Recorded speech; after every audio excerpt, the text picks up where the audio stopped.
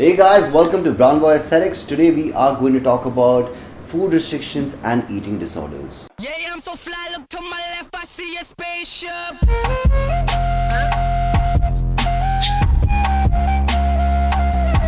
A lot of people don't know this about me, but I have a binge eating disorder. I have suffered from an eating disorder because of restrictive eating, because of bodybuilding or whatever protocols I followed in the past. And I'm going to talk about this today and how restrictive eating patterns or what you're doing right now might lead to an eating disorder. What I'm also going to do is I'm going to involve more people who suffer from similar problems or have suffered from similar problems, and I do not believe that we can give you the solution. So if any of you guys feel like you have an eating disorder or you're following a restrictive eating pattern which has led to an eating disorder, I would really highly suggest to go and meet a professional, seek some professional help, and don't feel afraid about it, don't feel scared about it, because you probably need it. And getting out of eating disorder can be really tough on your own. So first of all, how do eating disorders stem up and restrictive eating from the bodybuilding perspective only?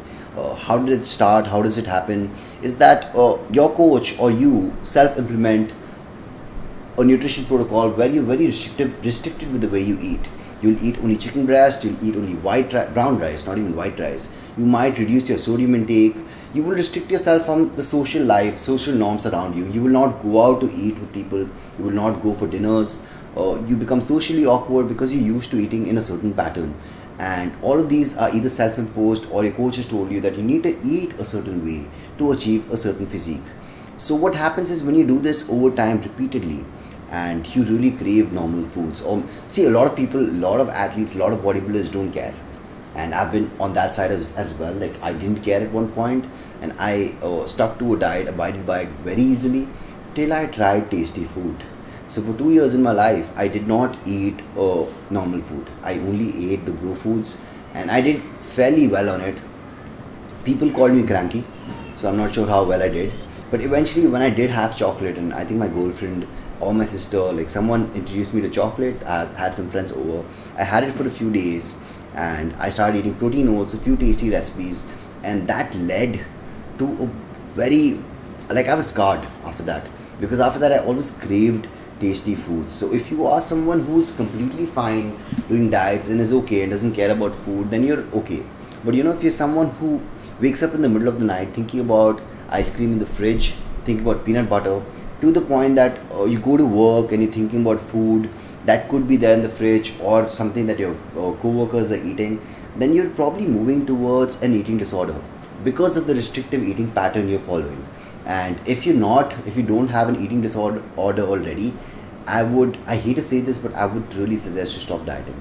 And by that I don't mean stop working towards your nutrition or your physique goals. It's very easy to achieve them if you know how to eat the right way, but be a little more lenient with the way you treat yourself and your body, because you don't know the consequences of this 5 years, 10 years down the line. I'm sorry about the kid, neighbors. Restrictive eating and self-imposed eating patterns very often leads to binge eating food once that food is available. That is one scenario you do not want to ever reach. And if it's something you've already reached and it's not that bad, stop the diet. Please listen to me. Don't go through the mistakes I've already gone through in the past, because in this channel I'm trying to make sure that people don't make mistakes that I've done, and I'm trying to make your life easier for you. So pay attention to what I'm going to say next. Restrictive eating also leads to psychological manifestations where one is obsessed with food at all times. You just think about food all the time, about that peanut butter in that jar in your fridge and how it would taste. It's happening to me right now. But that's what happens when you restrictively follow a restrictive eating pattern. This can lead to a multitude of problems long term. Even from a physique perspective, if you do get into a binge eating pattern, it will happen again and again. So let's say after a few months of dieting, one day you suddenly break in the middle of the night and you eat everything in the fridge, and it happens. And if you guys are watching this video and you know it happens and you want to talk about it, you can comment below. But if you can feel what I felt or what I've gone through in the past, you know what I'm talking about. It happens. And you know, in that one night, I've seen people, and me myself have consumed around 20,000 calories in one go because I was restricted for so long. So once that happens, you feel really guilty about yourself. You do some extra cardio the next day, you train hard, you restrict yourself even more for the next week. You drop your calories even more, trying to make up for what you did. Then after 1 week or 10 days, you might get really stressed about something that's very irrelevant to your bodybuilding process or whatever it is, something at work, something at home, and then you break and binge again. And what happens is, when this happens the second time, it will lead to a third time, and it becomes a pattern where every few weeks, few days, maybe few months, you'll suddenly break and you'll consume copious amounts of foods in one go. So you do not want to move towards that. First of all, the first thing you want to keep in mind is that you're doing bodybuilding. Even if you're doing it from a physique perspective, you're not going to attain that physique, because in one go, no matter how much you restrict yourself after that or how much you punish yourself with cardio, you are going to hamper your physique goals. Rather do it slowly, rather not restrict yourself, rather reach your goal slowly but do it in a healthier way. The second thing you want to keep in mind is, obviously it's not healthy to eat so much food in one go, but also you develop a psychological problem where you just feel like really guilty about what you're doing. And then what happens the next few days, you feel really bad about that and you restrict yourself a lot. So you won't eat normally, you will train extra hard, you'll probably punish yourself by doing some extra cardio, and you're going to feel like complete shit. So it's not worth it. It's not a great feeling. So you need to be extremely careful while restricting food or pertaining to extremely restrictive eating habits while trying to achieve your physique goals or while trying to reach to a certain body fat. This can have consequences which will negate the entire process, and not only from a body perspective, it can have so many more long-term problems. My sister as well, she's also faced some eating disorders, eating problems, and it was due to following diets like the ketogenic diet, low carb diets where we were told that you cannot consume carbs because carbs are not good for you, or ketogenic diets are more efficient, which they are not. There is no evidence backing up the fact that a ketogenic diet is a better way to lose body fat. It's never been proven, and it's not true. If you want to lose body fat, it's always about calories in versus calories out. So I've spoken a little bit about eating disorders, and I want to make one thing very clear, that I'm no expert. I'm just talking from my own personal perspective and my own experience and people around me, clients around me, and what has worked or not worked for me. What I want you guys to take from this is that what I did after was follow a more lenient approach towards nutrition and dieting. If I felt like eating a cheat meal, and if this, let's talk from my client's perspective and not me, because my case is a lot more complicated. So when my clients feel like eating a cheat meal, I plan out their cheat meal. I will make sure they're still sticking to their goals, they're still sticking to the calories. If they want to have a huge cheat meal or a huge refeed, I will plan it out for them. I'll teach them how to understand how to plan out that refeed or how to plan that cheat meal. And believe it or not, guys, a carb is a carb.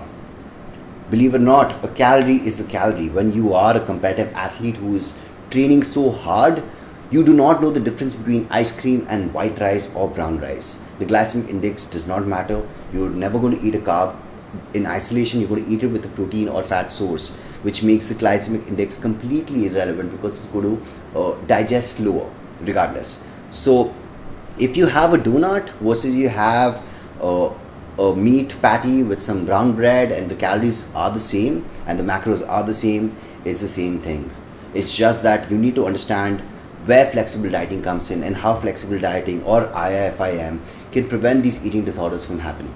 Obviously, it's a very complex topic. It's something I'm going to talk about in great detail in the future. The one thing I want you guys to understand is that if you have an eating disorder, get some help. If you feel you're moving towards an eating disorder, stop restrictive dieting. Stop eating only those foods that you don't like.